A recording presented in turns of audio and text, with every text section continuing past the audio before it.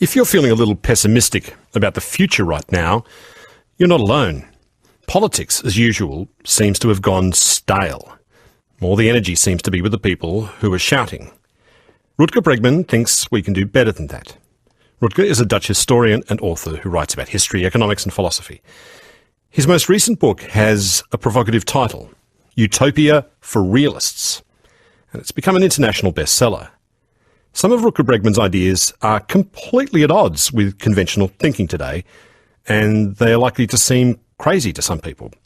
Ideas like a standard basic income for everyone. No strings attached, no matter what you do. Free apartments for the homeless. Fewer hours at work, more job sharing. And he says there are far too many highly paid jobs that create little or no value and induce a kind of despair in the people that hold them. Shouldn't there be more support for people who actually create value and contribute to society?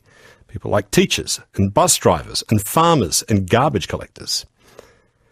Much of Rutger Bregman's insights come from his research and other people's research into the nature of poverty and why poor people apparently make poor life choices. He says it's this hard data that led him to realise that everything he thought he knew about poverty was wrong. Hi, Rutger. Hi there. I want to start with a story you have in your book that takes place in 1974, more than 40 years ago, in a town in Canada called Dauphin. Just first of all, what kind of a town was Dauphin in 1974? Oh, just a pretty small rural town. I think about 10,000 people live there. So this is somewhere out in the prairie lands. Yeah, it's close to Winnipeg, which is a bit larger. And there's this couple in it you mentioned. They're called Hugh and Doreen Johnson, and they've got 2 kids. They both work, but their wages are really minimal. They're just getting by. And then one day there's a knock on the door. Tell me what happens after this knock on the door happens to them. Well, there were 2 men dressed up in suits there, and they basically said, do you want free money? So what started there in Dauphin in 1974 was a really fascinating and radical experiment. What they did for 4 years is completely eradicate poverty. So it was called the town with no poverty.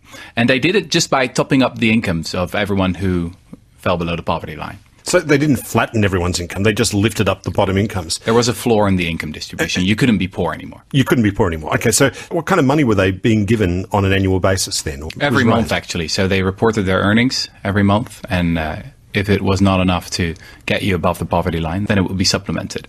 And the income support would sort of phase out with a tax. And this is what we call a basic income. And what conditions were attached to this free money? None at all. None at all? None at all. You only had to live there, and it was absolutely unconditional. You were completely free to decide for yourself, what you wanted to do with the money. You could spend it on drugs if you want, or alcohol, or whatever. Was there plans to roll this out nationally in Canada? Yes, absolutely. This experiment was seen as just the last trial before it would be rolled out nationally. Not many people know that at the end of the 60s and the beginning of the 70s, almost everyone from the left to the right believed that this kind of policy was going to be implemented both in Canada and the US, and probably soon after that, the rest of the world. The left and the right were talking about this? Yes, exactly. I mean, Milton Friedman, the famous neoliberal economist, was also in favor of this, of the guaranteed annual income. How long did this scheme in Canada, in Dauphin, last? 4 years. 4 years. So they did it for 4 years, and there were a lot of economists, sociologists, anthropologists who all descended on the town and did their research. So they did interviews, they collected a lot of data, made interesting graphs. What would people do with the money they received? What happened after 4 years? And this is where the story gets a little bit sad. So a new government was voted into power, and that new government thought, this is a really weird experiment. What are you actually doing? I mean, you're just giving free money to people. Stop this at once. And so there was no money left to analyze the results. And the researchers had to put all their files away in 2,000 boxes. And then for 25 years, everyone forgot about it. It was there in the archives, and no one had done the research. So no one had processed this research? Exactly. So we didn't really know what the effect was. And actually, some of the researchers were also a little bit afraid to analyze the data because they thought that it would show that it had been a huge disaster. Yeah, what were some of the kind of more negative predictions about that program, the things that were predicted would most likely occur? Well, I mean, people have two objections mostly to this kind of idea. The first one is that, we can't afford it. It's way too expensive. And the second one is obviously that people are just going to stop working and that they'll be lazy and use the money to buy more drugs and alcohol. And watch TV a lot, right, yeah. And so when someone finally did find these records, what happened then? Yeah, this was just a few years ago, actually. A Canadian professor, her name is Evelyn Forget. She heard about the records, she tracked them down and did the analysis, worked for a few years on that. And, it was pretty amazing. What she showed that it was a tremendous success. Success by what yardstick? By so many yardsticks. So, I think the most important finding was that Evelyn Forget discovered that the hospital admissions decreased by 8.5%, which is huge. We spend so much money these days on healthcare, so that was quite a significant finding. But kids also performed better in school. Crime went down. Domestic violence went down. Mental health complaints were down. It was quite a success story. What about the predictions that people would quit their jobs and just live on this minimum basic income? Just didn't happen. It didn't happen. So the total amount of work hour reductions for male breadwinners was 1%, and this was totally compensated by people doing other useful stuff like, caring more for their kids or for the elderly, of being longer in school. Yeah, so the prophecies of doom just failed to materialize. I can see the kind of connection between better performance at school, because if parents aren't working all the time in hard scrabble jobs to try and working overtime to bring in an extra dollar, they've got more time to look after their kids and attend to their schooling. Why hospital admissions though? Why did they go? What's the connection there between the reduction in hospital admissions with the introduction of a universal basic income there? Well, poverty creates so many problems, and worse health is just one of them. I think that we often forget that poverty is just incredibly expensive, in terms of higher healthcare costs, higher crime rates, you pay more for the judicial system, etc., etc. And it's basically an investment to eradicate poverty itself. And I think that the data even shows that it's an investment that pays for itself. So the savings are actually bigger than the cash grants themselves. Are you saying that the results showed that the introduction of this minimum income scheme, this introduction of free money, saved money? Yeah, and in that sense, it's literally free money. We've sort of forgotten to think about social policies in that terms these days. Usually the debate goes like, the left says we need to do this because it's our moral responsibility to help the poor. And then the right says, yeah, sure, but we can't afford it. Now, what I think is that there's a huge amount of evidence that these kind of policies, just pay for themselves. They're great investments with a huge return. You mentioned there that there were proposals all around the world, in the developed world anyway, to introduce a similar scheme, a universal basic income. Had this been tried elsewhere? And if so, what kind of results were cropping up in these other places? Well, as I said, it's a completely forgotten episode in American history and in Canadian history that we trialed a lot, actually, with basic income in those times. So there were huge experiments in the US as well, with thousands of people participating that basically had the same results. So again, healthcare costs went down, crime went down, kids performed better in school, and people didn't quit working. Sometimes they quit a job that they thought was completely meaningless and look for another more useful job, which is a great thing, I believe. But that was mainly the results. Now, there was one problem though, and that was in 1978. There was a big experiment in Seattle where researchers found that the divorce rate had gone up by 50%. So as I said, the right and conservatives initially were in favor of basic income, but when they heard about this, they were like, we can't have basic income. This will make women much too independent. We don't want it anymore. It was only 10 years later that researchers found out that a statistical mistake had been made. So in reality, the divorce rate did not go up. But it's one of the many, many bizarre ironies of this history. You wrote that President Nixon in the 1970s, a Republican president, was interested in introducing such a scheme in the United States. How far did he get with that? Well, he was almost there, actually. At the end of the 90s, there was a letter on the front page of the New York Times that was signed by 1,000 economists, all calling for a guaranteed annual income. And there were economists from the left and the right. As I said, Milton Friedman, the right-wing economist, but also John Kenneth Galbraith, quite left-wing economists. They were all in favor of this. Martin Luther King also was in favor of a basic income. And Richard Nixon just thought, it wasn't the case that he was the big man with the big idea. He just thought, all right, let me be the president that makes history. So he had a bill for a modest basic income that got through the House of Representatives twice. But then it was killed in the Senate by the left, by the Democrats. The left killed it? Yeah. Why? They wanted a higher basic income. They thought this is going to be implemented anyway, so let's just kill this bill now, but there will be another bill in the near future. Because this is the future anyway, they believe. The thing about the experiment in Dauphin was that there were no strings attached to the payments. So it came as more of a right than as a privilege, if you like. Yeah. How important is that idea that there are no strings attached to the payment of this free money? I think it's absolutely crucial. If you look at the welfare state right now, and in the past 30 years, since Reagan and Thatcher, it has become more and more conditional, more and more paternalistic, and quite humiliating for the people who are in it. The real experts on the poor's lives are the poor themselves.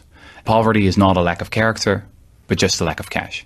We just have, a way too large bureaucratic industry of paternalists. It's just better to hand out the salaries of those people to the poor who really need it. So I'm beginning to see why the right might get behind this now. If you get that means really getting rid of welfare as such, doesn't it? It is a combination of right-wing and left-wing thinking. I mean, the right is true when it says that the welfare state, keeps people down at the bottom of society. It is true. I mean, there are so many mechanisms that enforce that. What you're talking about, the payment of a universal basic income, would eliminate those giant bureaucratic apparatuses, machines, if you like, that are put in place to look over the shoulders of welfare recipients. Exactly. To make sure that they're spending it wisely, that they're doing this, they're doing that, they're still applying for exactly. work. And behind that just lies a different philosophy, if you will, of what poverty actually is. And that is maybe the most important point here, is that both people on the left and on the right completely misunderstand what poverty actually is. How do they do that? Well, what the right often thinks is that, poverty is some kind of character failing, right? That Margaret Thatcher famously said that poverty is a personality defect, lack of character. Well, now, a lack of willingness to work? Laziness, a lack of, right. The willingness to take responsibility for your own life, etc. And the idea is then that we have to push people into work or teach them how to, be responsible. Now, the left obviously doesn't put it like that. But what it does say is, let's help people, to make better decisions. Let's guide them, let's give them money management training. Let's give them courses for the unemployed. Let's help them to set up their LinkedIn profile or something like that. And the assumption behind that is the same. It's, again, the assumption that there's something wrong with the poor themselves. So I think that the left and the right basically agree on that there's something wrong with the poor. It also assumes that they have better information than the poor themselves. Exactly. It assumes that they know better than poor people themselves. It's a quite arrogant position, if you put it like that. So tell me about the research that changed. This is part of the research that changed your mind on this. What do you now understand to be at the root cause of poverty, and why poor people often typically make poor life choices? Well, the experiment that really changed my mind was a breakthrough article in Science a few years ago. And what these researchers did is they went to India and they worked with a group of sugarcane farmers. Now, these farmers receive about 60% of their annual income all at once, right after the harvest, which means they're relatively poor one part of the year and rich the other. So then they did something very simple. They gave them an IQ test before and after the harvest. So while they were poor and while they were rich. And the difference was 14 points in IQ. Now, to give you an idea, that's comparable to losing a night's sleep or the effects of alcoholism, which means that, yes, it is true that the poor often make poor decisions. I mean, there's overwhelming evidence that shows this. But it has nothing to do with the poor themselves. It is just the context of poverty. We would all make very, worse decisions if we were in the same context. So how do we solve that problem? Get them out of poverty. That is what we should do. So what is the root cause of poverty then? What is, if it's not some kind of character failing, what do you now believe it to be? It's just a lack of cash. Poverty is just a lack of cash. It's just a lack of cash. Yeah, it's when I say it like this, it sounds like, oh, wow, that's a big breakthrough finding. But that's just what it is. And it's pretty easy to solve a lack of cash. I mean, just give cash.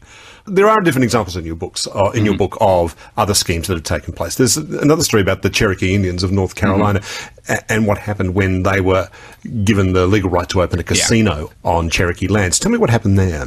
This is another fascinating piece of research, and it was a big coincidence actually. There was a professor who had started a study among about 1,500 children, and their mental health and lots of other stuff. And then during that study, suddenly a casino opened. And the casino was operated by the Eastern Band of Cherokee Indians. And they were free to, do with the earnings whatever they wanted to do. And they decided just to give it to the members of the band. And it was quite a lot of money, It was a very profitable casino. So at some point, the cash transfers reached a point of $6,000, $7,000, $8,000. And a month or a year? A year. A year. Yeah. And so they're being paid out like shareholders, essentially, then, on a dividend, essentially, from the casino. Exactly. So this was sort of a basic income. And a lot of the members of this band lived in poverty. So it was, it was a golden opportunity for these researchers to look at the effect of what actually happens in a basic income. Now, again, they saw the same results as in Dolphin and in the US experiments. Is that, health improved, crime went down, kids performed better in school, et cetera, et cetera. But what was even more fascinating is what an economist, his name is Randall Key from UCLA, found out later, is that the savings in terms of lower healthcare costs, et cetera, were bigger than the cash grants themselves. So it was another piece of evidence that shows that this can actually work. You were saying that the research does back this up, that poor people do often make poor lifestyle choices, and that's often, there's some kind of a terrible shrinkage that takes place in their ability to, compute their lives, I suppose, once there's enormous scarcity and the tension and stress of that in their lives. Tell me a bit more about what's going on there and the kind of relentless short-termism that comes into play when people are enduring poverty. Yeah, well, it's probably good to compare it to being busy. If you're really busy, you have a very short-term view, right? You think about, the email you've got to finish, or, that appointment that you got to rush to, and you're going to make mistakes if you have that rationality. Now, you should just imagine that the poor are in that state all the time. And the thing is, you can't take a break from poverty. Like, if you're busy, you can, you can go on vacation or something like that, or call your employer and say, I'm really too busy, can't do anything anymore today. But the poor can't do that. They're always in that mindset. They're always focused on, how will I reach the end of the week? Living from paycheck to paycheck. And that means that in the long term, you're going to make a lot of decisions that are not very good for you. You're going to raise your kids less well, you're going to eat more unhealthy, and all sorts of things. So are you calling then for a universal basic income to be introduced in advanced economies, all economies, right across the board? What exactly are you calling for here, Rutger? I think that developed countries should have done it 40 years ago, actually. Back then it almost happened, and we missed sort of our opportunity to do it. But it's really exciting to see the idea spreading around the globe right now. I mean, just a few years ago, it was completely forgotten. When I started writing about it in 2013, almost no one knew what it was. And now it's pretty much everywhere. Like, Canada has just announced a big experiment. Finland has already started one. It was just in the news that Scotland is also going to do an experiment. So, I think we have little time to waste. But it's also a promising idea for developing countries, actually. Well, here's the problem that I think I can see with this, which is there's something in human nature that just rebels against people getting money for nothing. If I'm working hard, I pay my taxes, you're going to take money from me and give it to someone without no strings attached, no matter what they do, and they can sit around all day. Even if maybe the research shows that that's not what happens. There's something in human nature that rebels against confiscation of someone's wealth to hand it to someone else who can choose to work or not choose to work. What do you say to that? Oh, I think it's really important that we use different language here. There's one place in the whole world that sort of has a basic income. It's Alaska, and it's a basic income of $2,000 a year. So, it doesn't get you out of poverty or anything, but it's significant. And it's financed with oil money. And it's really seen as a dividend that you just, it's not a favor, but it's just a right that everyone receives. Now, if you want to get rid of that policy in Alaska as a politician, you're finished. It's incredibly popular. Right. So we should really see the basic income like that. It is a dividend of progress, because our forefathers worked so hard to create all this incredible prosperity that we have today. We are wealthier, we are healthier than ever. All these institutions, all these technologies, etc., that we didn't create ourselves, were just given to us. Right? We were just lucky to be born in this world. Right, so we're like the rich kids who've inherited the fortunes patiently built by our predecessors in a way. Those of us who live in these developed It's just countries. a collective inheritance. And a basic income is a recognition of that fact, that everyone deserves a part of that pie. Your book's called Utopia for Realists. You want to reintroduce the idea of utopian thinking. And you begin with this perspective that we do live in this land of plenty. Despite the kind of sour note that a lot of politics has in developed countries these days. Can you give us a bit of perspective on this kind of land of plenty that we've arrived at now in this time compared to, say, 200 years ago? Well, I start the book with what is probably the biggest lesson of all of human history, and that is that in the past, everything was worse. It's something that you don't really get when you watch the news a lot. I mean, when you watch the news, you hear about corruption and crises and terrorism, etc., and you think, oh, everything is going downhill. We are living through the worst period in all of world history. But that is, mainly the effect of amnesia. We have just forgotten how bad the past really was. Yeah, and when you see stuff from that time as well, they go, oh, gee, things were so much better in the past back then too. So there is a kind of weird amnesia that takes over. Yeah. The truth is, we've never been richer, healthier, more long-lived, more free of disease. If you just look at some of the stats, it's been pretty incredible. Extreme poverty was 84% of the world population in 1820. Now it's less than 10%. If you look at the decline of child mortality, it's declined by 50% since 1990. Hunger has declined by a third since 1990. If you think about violence and you think that we are living in a very violent times, well, in reality, the amount of war deaths has gone down by 90% since 1946. So, yeah, indeed, we are living in the safest period in all of world history. But again, you don't really get that from the news. So why are you calling for utopian thinking, like saying, well, let's muck it up and move forward again? Why change it up? Why rather than hang on to what we've got? Why are you calling for a new kind of utopian thinking? Oscar Wilde once said that a map of the world that does not include utopia is not worth even glancing at. For it leaves out the one country in which humanity is always landing. I think it's a beautiful quote that shows that we always need to have some vision of where we want to go next.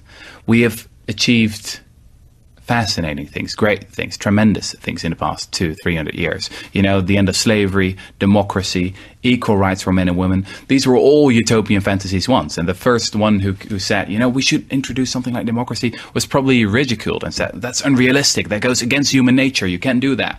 And here we are. Yeah, the problem of today is that we have no new vision of where we want to go next. What is our utopian dream for the 21st century? Here's the problem as I see it with utopia and utopian thinking. We've just come out of the 20th century where utopian thinking was a cross that crucified untold millions of people. And I'm thinking specifically here of the Soviet Union and Stalin in particular, or Maoist China, if you like. Yeah. In order to build this perfect new world, well, you can't make an omelette without breaking eggs, I think was Stalin's phrase as well. This is always the problem with utopian thinking, that, this is the leadership now wants to build a utopia. Who would be an enemy of utopia? And we must do away with the enemies of utopia. And we must also hide the mistakes, because utopia is more important than all of that. This kind of utopian thinking has been extremely dangerous in the past. What lessons do you draw from that, Rutger? Well, I used to think exactly the same thing, because this is what they taught me at university. I was born in 1988, a year before the fall of the Berlin Wall. And people of my generation were basically told that the age of grand narratives of big dreams was over. Communism had failed, capitalism had won, good riddance, this is it. This is the end of history. This is top-down. Communism was a kind of top-down blueprint for all of humanity. And we're just...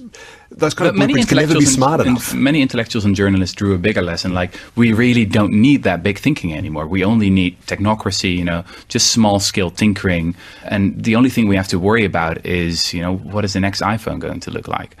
And I used to believe this for a while as well, but then came 2008, the financial crash.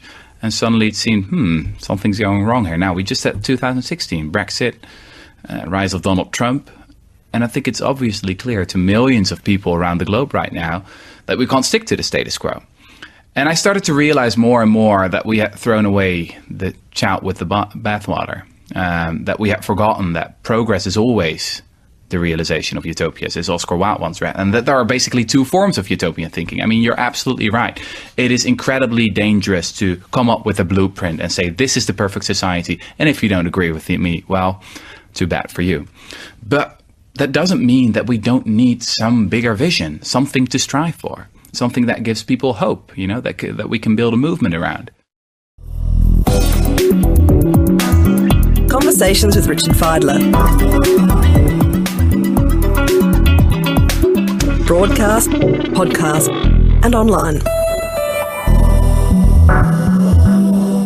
For me, the most fascinating part of your book was a quiet crisis in the nature of work that you've completely put your finger on, Rutger, which you show that in many countries, like Britain, for example, more than a third of people feel that they're in jobs that have absolutely no use whatsoever. Their lives are designed to make or shift things around that have no value for them. And this is inducing this terrible kind of despair.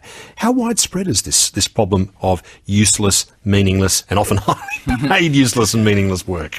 Well, I think it's a huge phenomenon, and I also believe that it is one of the biggest taboos of our time, because not many people are talking about it. I mean, politicians from the left to the right say, we need more jobs, we need more employment. And all economists say, well, we just need more productivity, and as long as that's contributing to GDP, economic growth, then everything is all right. But meanwhile, indeed, I mean, we've got quite some polls now that show that at least a third of the workforce is stuck in a job that they think, I mean, it's not me saying it. Some people might say, well, he's a historian, that's useless. Anyway, it's people defining it for themselves and saying, my job, really, it doesn't do anything, I'm not creating much of value. And sometimes even worse, I'm actually destroying value, as many people in the financial sector know about their own jobs. Yeah, this is a kind of a corrosive feeling too, isn't it? It eats away at your self-esteem over time, doesn't it? This feeling that my job is pointless, or even it does more harm than good. And what's an even bigger phenomenon is the phenomenon of part-time bullshit jobs. Like, this is pretty huge in journalism as well. So what happens is that, I mean, you want to do investigative journalism, right? I mean, especially if you're young, you still have got dreams and ambitions, etc. But the problem is you don't get any money with that. So what you do is you write ads for companies that you really hate. And then you use that money to do investigative journalism into exactly those kind of companies. So you could call that the circle of bullshit. And you see it in so many professions these days. Consultants, lawyers, bankers, doing work that they think is pretty much destructive, but then using the money they earn with that to do, I don't know, pro bono stuff, or working for another organization that they really care about. It's pretty fascinating, isn't it? That in modern capitalism, we finance the stuff that we think is really important with meaningless nonsense. This seems to be like a great example of market failure here, because many people are earning very high salaries, almost obscene salaries, for doing work that doesn't create value. But this goes at all. deeper than market failure. I mean, market failure sort of assumes that there's a fix, that we could have one small tweak to the market, then the market will work properly again. But isn't there supposed to be some kind of invisible hand that gets rid of all this meaningless jobs? I mean, why would employers even want to hire these people that don't really add anything of value? I mean, it strikes at the heart of capitalism, this phenomenon. And there's a quote from someone at Facebook who says, I saw the finest minds of my generation making clickable ads. Yeah. I just want to make really clear that when you talk about bullshit jobs, you're not talking about low status jobs, are you? No, absolutely not. Absolutely not. I mean, I'm not talking about teachers or nurses or garbage collectors. The best way to know whether your job does add anything of value is just to stop doing it and see what happens. So then I thought, let's look at garbage collectors. I mean, there have been a lot of strikes of garbage collectors throughout history. I looked at one in 1968 in New York. It lasted for 6 days. The emergency state had to be declared, and the garbage men won, because New York found out that the city really can't do without them. It's a total disaster if they quit their job. And at that point I thought, has it ever happened throughout world history that the bankers went on strike? Now, this took quite a while to research, because, at some point I thought, well, it probably never happened, until I found one example, and that was in Ireland, 1970. This strike lasted for 6 months. So compared to the garbage collector strike was 6 days, this was 6 months. and nothing much happened, actually. The famous Irish banker strike. Yeah. Right. Nothing much happened? Well, I think it's not really, it wasn't very well known, this strike, because nothing much happened. The economy just kept growing. Businesses just kept operating. And the Irish invented their own money system from the bottom up. And after 6 months, the bankers came back and said, all right, we'll get back to work. All of our economic policies, they rest upon one really key index, which is gross domestic product. GDP is the key figure here, and this central banks take their guidance from this in terms of whether they lower or raise interest rates, or the market looks at those figures and makes conclusions about whether the currency should go up or down. Tell me what you've come to understand about gross domestic product and how good it is as a yardstick of measuring true wealth in a country.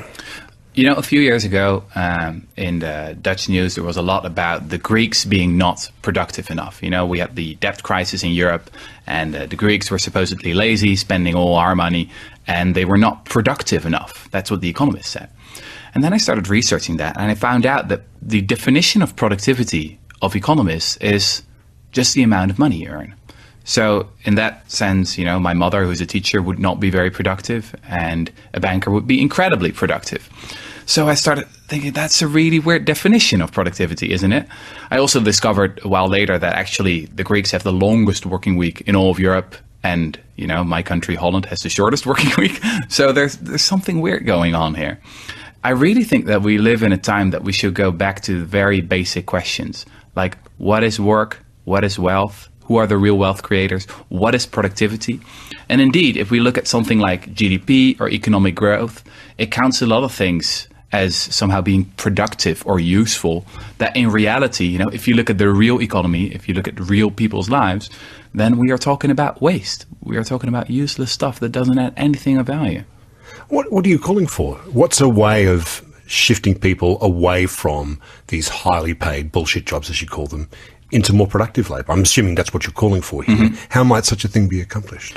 I think that a universal basic income will make a huge difference here. I mean, just imagine what is happening right now. I mean, kids around the developed world, they are thinking about what they want to study. And then at some point their parents will tell them, you know, I know you love music, I know you love the arts, I know you like history, but you know, you got to earn money as well in the future, right? You got to pay the bills. So maybe you should go to business school or law school instead.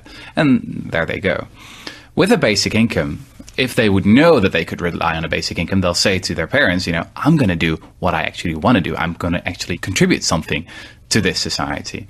So that will make a huge difference. The other thing, what will happen is that with a basic income, all the people in really useful jobs will have much more bargaining power. It will also be a universal strike fund. So again, I mean, the garbage collectors, the teachers, the nurses, they can say, you know what, I can always go on strike. I can always fall back on my basic income. So what will happen is that their wages will go up. Now, if you're in a not very useful job, you won't get any additional bargaining power. So your wage will probably go down a little bit. And in the end, the wages in the whole job market will much better reflect the social value of, you know, what people actually contribute. And I think that is actually one of the most important effects of a basic income. It will completely change what we value and reward in our society. Look, one of the things you talk about in your book quite a bit is the whole concept of leisure and leisure time. And I do have memories of this. I do have memories of this from the 20th century, of leisure, yes, from the 20th century of these predictions that were made. And I can remember them being made in my childhood and early teens, often by science fiction writers, that the crisis we're going to have in the 21st century is a superabundance of leisure time. Yeah. We won't know what to do with all the leisure time we have. And this will in turn create a spiritual crisis, a strange spiritual malaise. People will be lying around on couches, going to psychiatrists thinking, my God, how do I do things with my life from now on? It didn't pan out that way, did it? Not really. No, this country particularly. You know, this country was famous for knocking off at midday on a Friday. This country was one of the first to introduce a proper working week, a living wage, all those things. In Melbourne, you know? The stonemasons of Melbourne were the first to get the 8-hour working day. There's a monument for that in Melbourne that I visited just last week.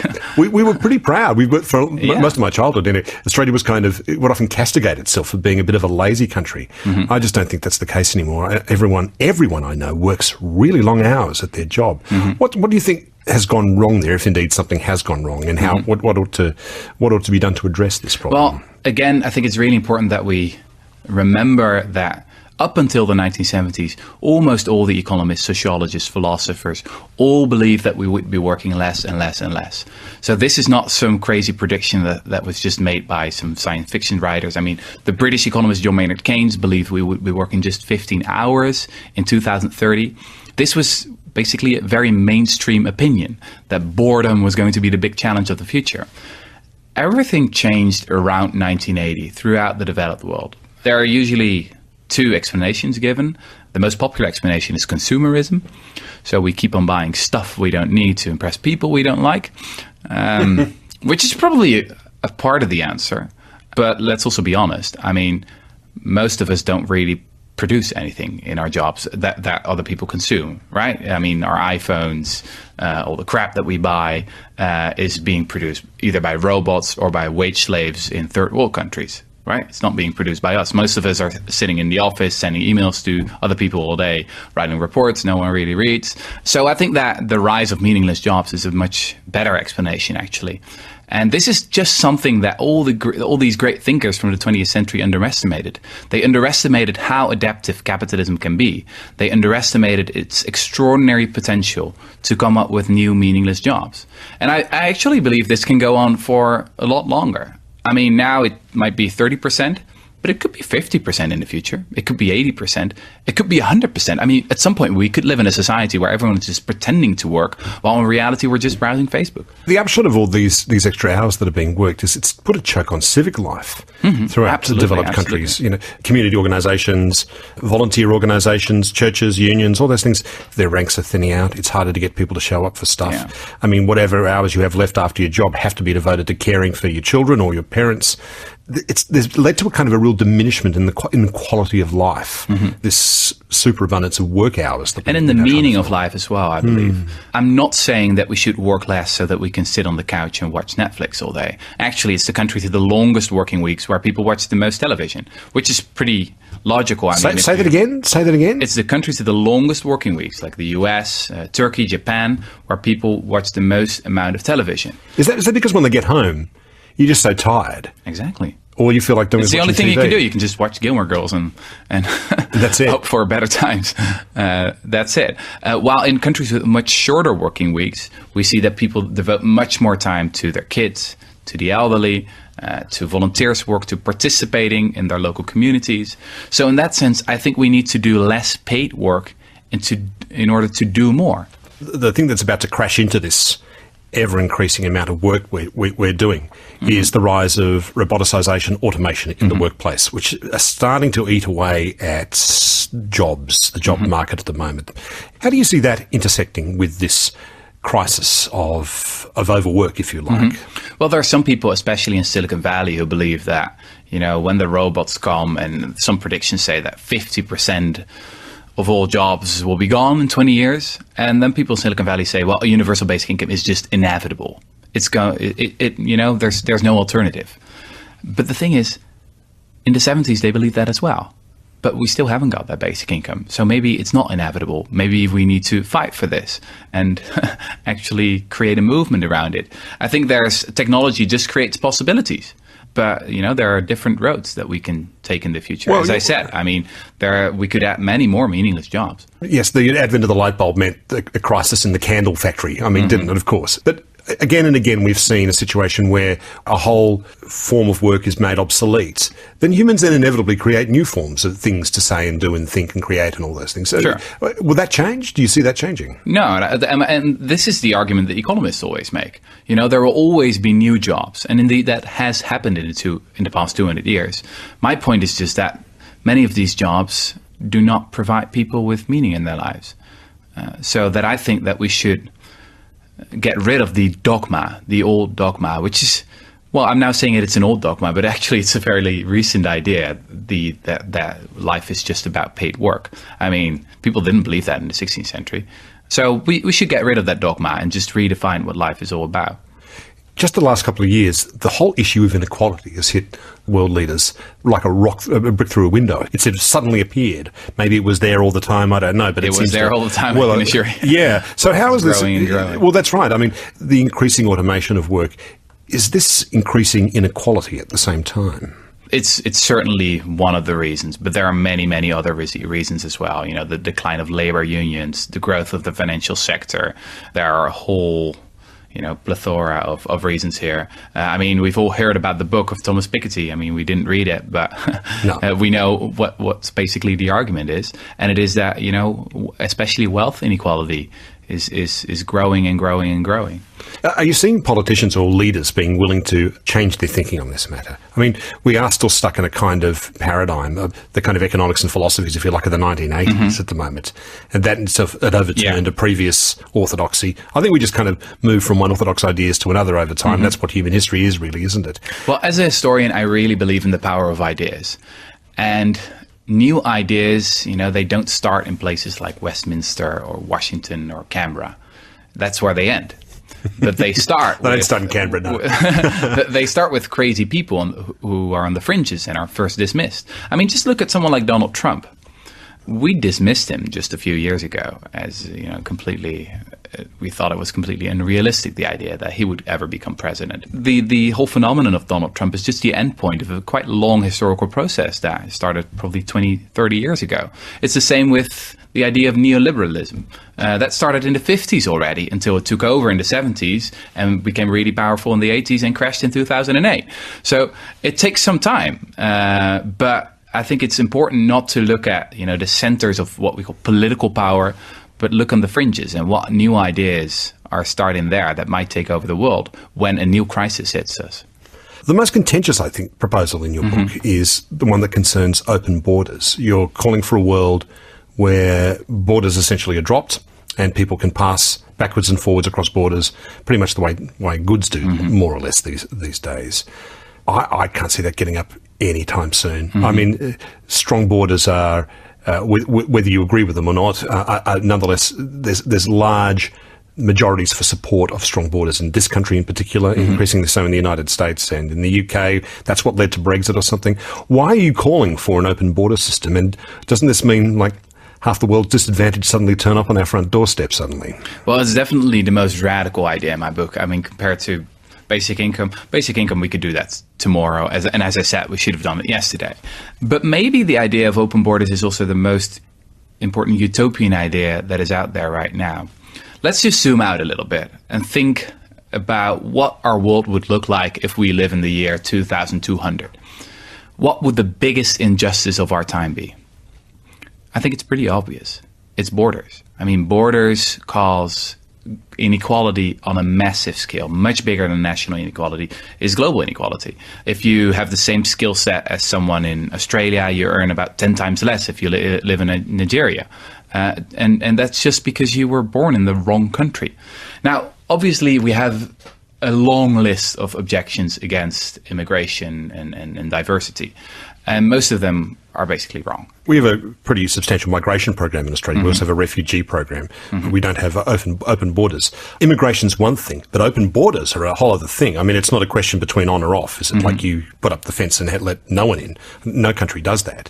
But the sudden arrival, the sudden radical arrival of very large groups of people into your society that don't speak the language, perhaps have lower levels of education so they can't plug into the local economy, this can create terrible crises in the communities of the places that they come to, and may in turn become counterproductive as a huge reaction then takes place against them. Exactly, and that's also why it's a utopian vision, something that we should strive for and take one small step after another in that direction. So but I think it's important you're to not causing that. for dropping the borders tomorrow, in other words. No, I'm not saying that. I think you should always experiment first. I mean, I'm saying the same thing when it comes to basic income. Let's do more experiments. Let our current welfare state become more like a basic income. It's very important that we have a radical vision for the future, but that we are very practical about what we want to do tomorrow and take one small step after another, and be open to learn along the way, and maybe even change our opinion if something's not really working out the way we hoped it would.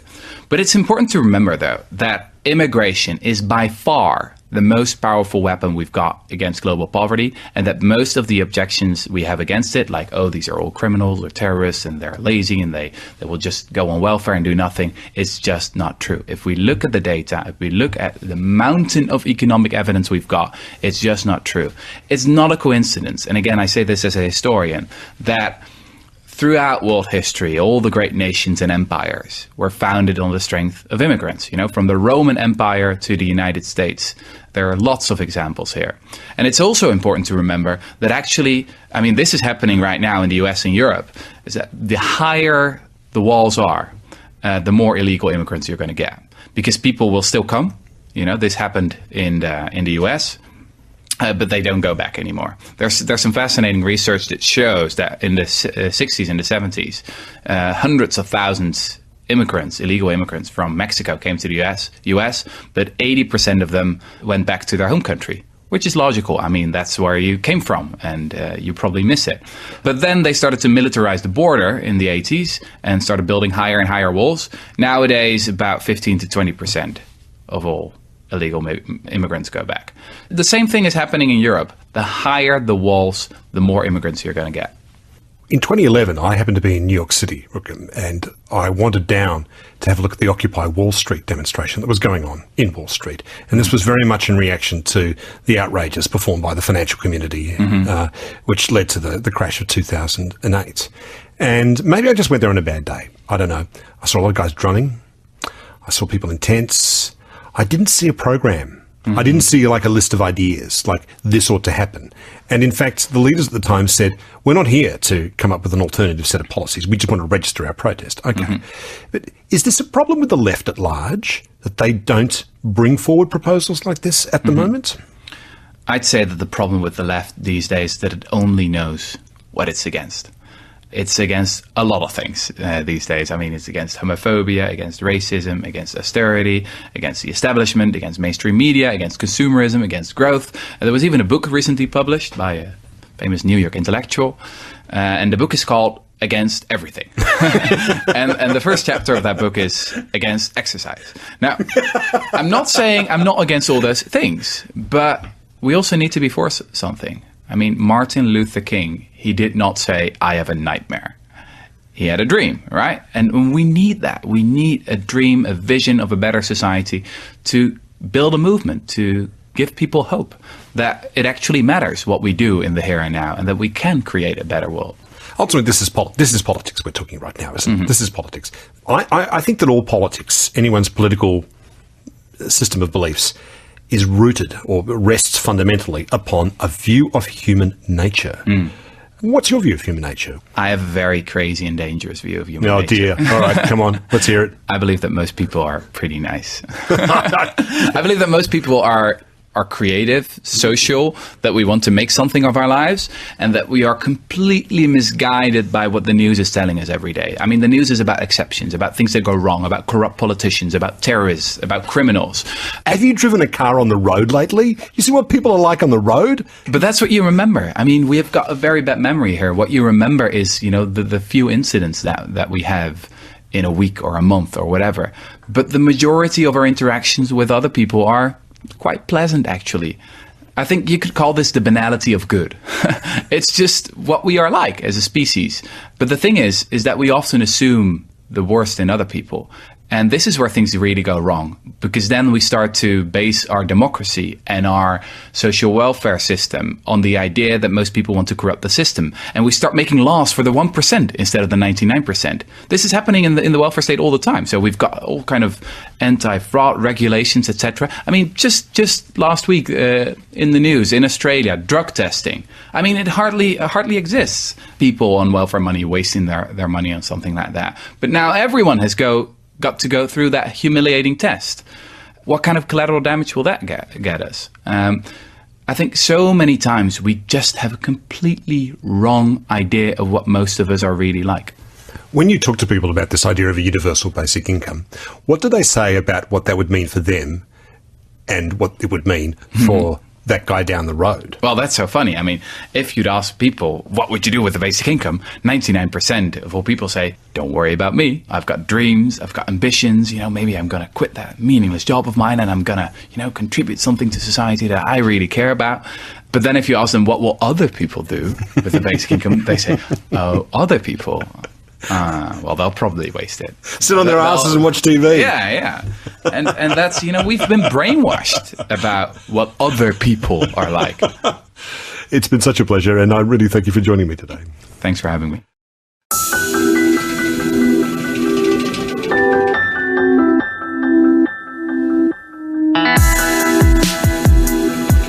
This is Conversations with Richard Feidler on ABC Radio.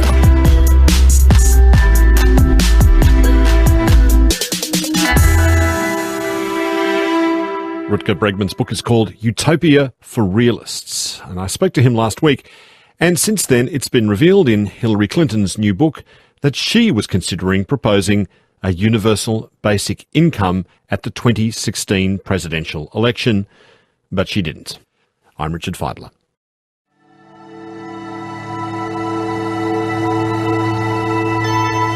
You've been listening to a podcast of Conversations with Richard Feidler. For more Conversations interviews, please go to the website abc.net.au/conversations.